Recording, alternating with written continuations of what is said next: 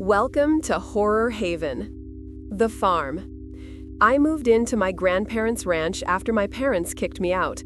I couldn't afford an apartment, so they let me stay for a fraction of the rent. My room was on the first floor, thick with the sweet, sour smell of age, and crammed with my grandmother's religious relics: rosaries on nails, candles on saucers, a solemn painting of Jesus that watched me sleep. Nothing strange happened until my second week.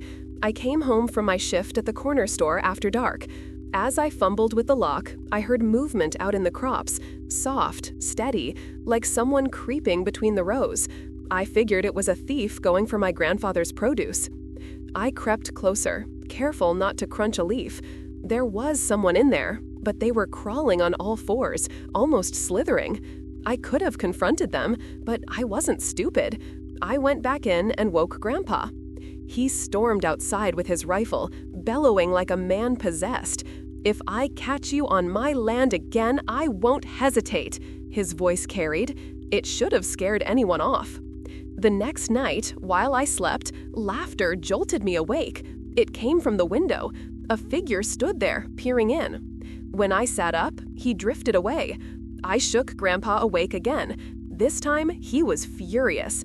He yanked his rifle from the closet and stomped to the front door with me behind him. The door swung open and something latched onto his leg. He crashed to the stoop. I leapt on the crouched figure and wrestled him down. Grandpa scrambled up, leveled the rifle, and I called the sheriff. While I was on the phone, Grandpa screamed. I dropped it and ran. He was on the ground, blood streaming from his nose. Someone else had blindsided him, shoved him down, and punched him before sprinting into the night. The sheriff showed up to nothing but footprints and blood. Grandpa installed cameras facing the fields the next morning. 2. The backyard and the calls. A month later, I came home late from my sister's place. Mom had left a note on the door: "Take the garbage cans to the curb." Everyone was asleep, so I moved quietly. When I reached the side of the house, voices drifted from the backyard. I peeked over the fence. 2 people stood by our patio table. I bolted inside and shook my mom awake. We barely made it out of her bedroom when the pair from the yard started up the stairs.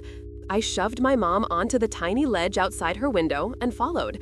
By the time we landed on the grass, the intruders were in the room. We sprinted to the neighbors. 2 weeks later, just as the fear was subsiding, the phone started ringing at 3 a.m. It kept ringing. It never went to voicemail. After 10, 15, 20 rings, Mom ripped the phone cord from the modem. The next day, she got a text: "Why didn't you pick up?" That was a week ago. We're still sleeping in shifts. 3. The wall. A 14-year-old girl woke on a school night and remembered the homework she hadn't started. At 1:15 a.m., pencil scratching, she heard a faint shoving from inside the wall by her bed. She stopped writing. The shoving grew more distinct, as if something were pushing its way out. Beside her bed was a square storage hatch. She screamed for her parents. The shoving turned frantic. The hatch popped off, and a figure crawled into the room. Her parents heard her through 3 closed doors. Her father burst in to find a tall, heavy-set man clamping a hand over her mouth. The fight lasted seconds. A few hard punches, and the man was down. 2 pairs of the girl's underwear were found in his pocket when the police arrived. 4. Cedar Beach. My wife and I spent the evening at Cedar Beach, which closes at 9:30. By 10, the place was emptied out, just us and the hiss of the tide. We walked the wet sand and then turned back the way we came. That's when we saw them. 2 extra sets of footprints beside our fading ones, fresh prints. They veered off towards the dunes, where the sand was too dry to hold a trail. We hadn't seen a soul for a mile or 2. I scanned the dunes with my phone light and called out. Nothing. I told my wife to wait and moved towards the trash barrels. Beyond them, the light skimmed a tunnel leading back towards the parking lot. I edged closer until I could see inside. Then I shut the light off. 2 shapes crouched within, hunched and naked, skin the color of old paper, flaky and creased. I didn't say a word. I grabbed my wife's hand and we ran for the car. We made it in 5 minutes, lungs burning. She didn't believe what I saw.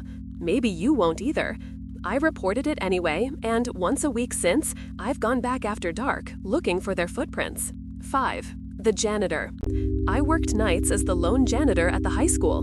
My route was always the same: downstairs classrooms, then upstairs. The upstairs formed a U, not an O, one way around.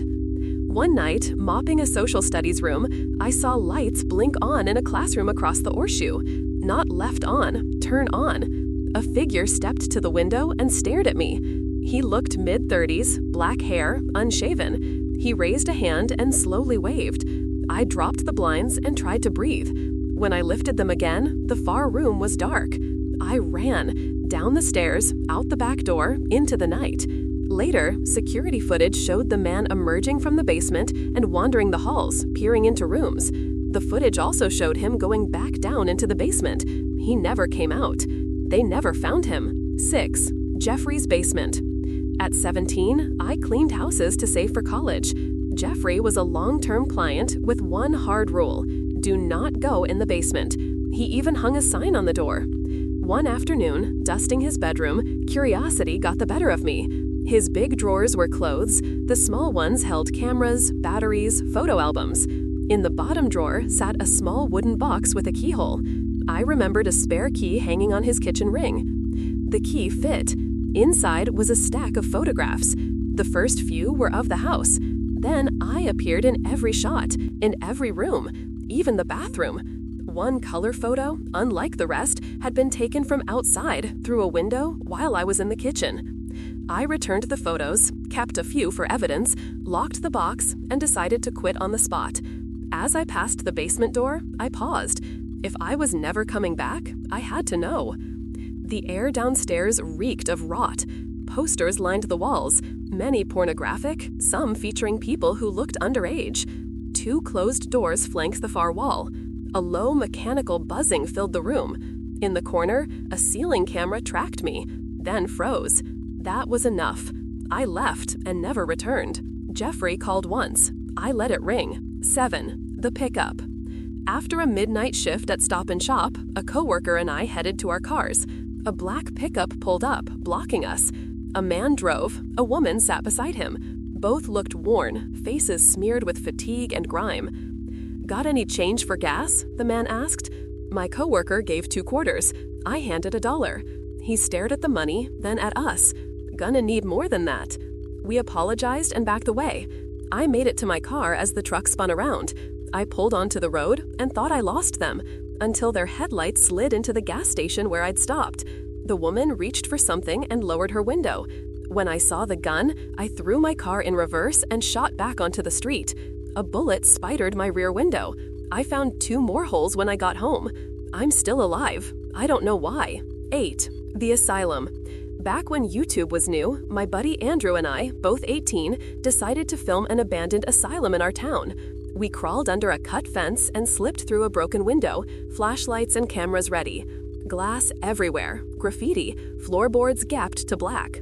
We found a dental room with a cracked chair, then a bathroom where water dripped steadily from a locked stall. We didn't linger.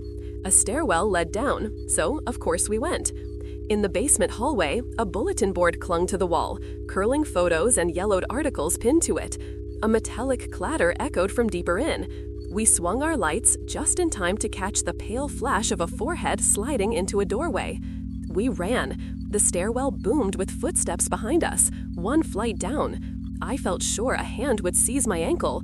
We spilled through the window and into the night. From outside, we heard the stairwell door creak open. We were already in the car. 9. The hidden room. My wife and I bought a house with no basement, just a den, a middle floor, and bedrooms upstairs. At night, we heard scraping from below us. Doors we swore we'd closed were open in the morning, especially her closet. We sealed the windows one night to rule out a draft. By dawn, every door had drifted wide. We stayed up the next night, listening. Around 2, my wife shook me awake, silently crying. Her closet was open, and a square of floor inside had been lifted like a trapdoor. A ladder disappeared into darkness. I told her to lock the bedroom and call the police. I grabbed my machete and went down. At the bottom, a switch clicked on. A small room with a cot, a table and chair, and toys scattered like offerings. A scream burst from upstairs. Someone was kicking our bedroom door. I climbed fast, machete in hand. A ragged man peered through the hole he'd kicked in the door, his eyes bright and feral. He saw the blade and bolted, slamming out the front door. I still don't know who he was, or how long he'd lived beneath our feet. 10. Kathy. When my girlfriend and I moved into our first apartment, the neighbor kept us up all night, yelling, thumping, pounding the wall. I knocked the next evening. A middle-aged woman with pale skin and a voice like gravel answered. "Please keep it down," I said. She slammed the door. The noise only got worse. I reported her. The doorman looked confused. "Only Kathy lives there," he said. "Her husband died 5 years ago." He checked the apartment. She was alone. That night, the building was quiet. I woke to a figure at the end of our bed. "We shouldn't have reported her," a raspy voice said. I flailed for the lamp. My girlfriend screamed. By the time the light came on, the room was empty.